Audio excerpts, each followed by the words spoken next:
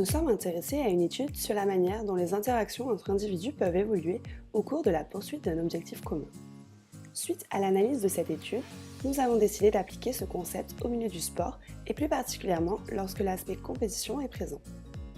Nous nous sommes intéressés à 4 sportifs de haut niveau. Hugo, 26 ans, pratique la course à pied. Louis, 23 ans, pratique le triathlon.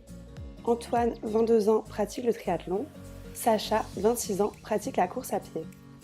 Ils pratiquent tous leur sport avec un objectif de compétition. Nous leur avons demandé de nous parler de leur type d'entraînement. Ils ont tous des habitudes d'entraînement et s'expriment sur le sujet. On court avec le groupe Adidas et on court tous les matins de 7h à 8h sur différents circuits. On est en moyenne 4 à 10 personnes suivant les motivés et voilà, on est habillé en jaune comme les gilets. C'est beaucoup plus motivant, c'est vrai que de se lever à 7h du matin dans la grisaille pour pouvoir courir, c'est toujours mieux d'être à plusieurs pour pouvoir se motiver, on s'entraide les uns les autres, et puis il y a toujours 2-3 leaders qui montrent le circuit et le rythme à laquelle il faut aller. En moyenne, c'est 14 heures d'entraînement par semaine. À l'école, on a une bande de potes triathlètes, donc on s'entraîne souvent ensemble. J'ai un ami en particulier qui s'entraîne avec moi. J'essaye de faire le plus possible d'entraînement à plusieurs, ça aide. On est 3 à courir régulièrement ensemble. Sur une échelle de 1 à 10, tous nos interviewés se sentent proches de leur partenaire à 9 sur 10. D'après eux, la proximité avec leur partenaire permet l'échange tout en encourageant le challenge et la performance. Des petits conseils sur la course suivant le tracé, la nutrition, bon, on est tous plus ou moins grands donc on a l'habitude de le faire, mais forcément si on peut se dire privilégier plutôt cet aliment-là. Ça aide déjà physiquement, en termes plus physiques on va dire. Ça aide pour les allures, pour le maintien d'allure, et pour aller plus vite, pour se dépasser, et aussi ça aide à se motiver à y aller, et puis ça fait passer surtout le temps plus vite. Ils connaissent l'objectif de leur partenaire avant la course et peuvent également avoir un objectif commun.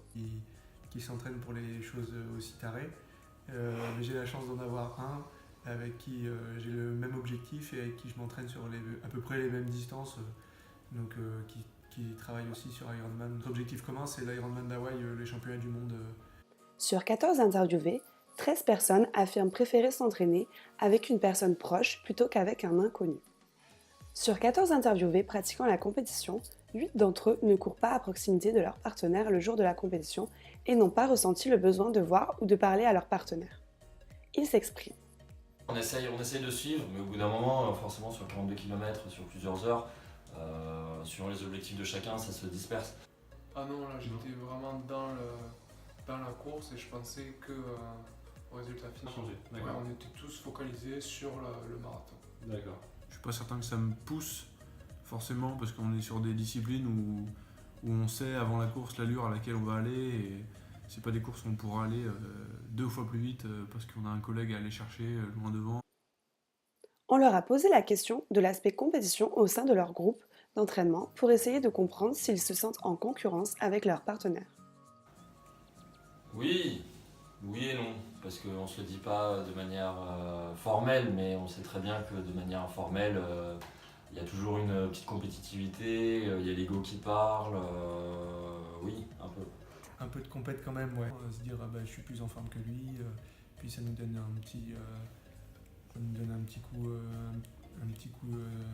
au moral en plus. Un petit point positif de se dire là je suis en forme, là j'ai peut-être progressé par rapport à lui, ça nous donne un repère aussi quand on a quelqu'un à qui se comparer. Oui, surtout que chacun voulait être devant l'autre et voilà, c'était un peu l'objectif de chacun d'être partagé et aussi d'être plus en compétition et de plus vouloir gagner l'autre que si c'est un inconnu, bon peu importe en fait le résultat. Il y a forcément un enjeu sportif derrière, de compétition, de temps. Nous constatons que le jour de la compétition, nos interviewés se sentent beaucoup moins proches de leur binôme en comparaison à l'entraînement, mais ils se sentent tout de même motivés par leur partenaire. En revanche, d'après notre étude, nous avons constaté que cet effet de concurrence ne détériore en rien le lien qu'ils ont avec leur partenaire après la compétition.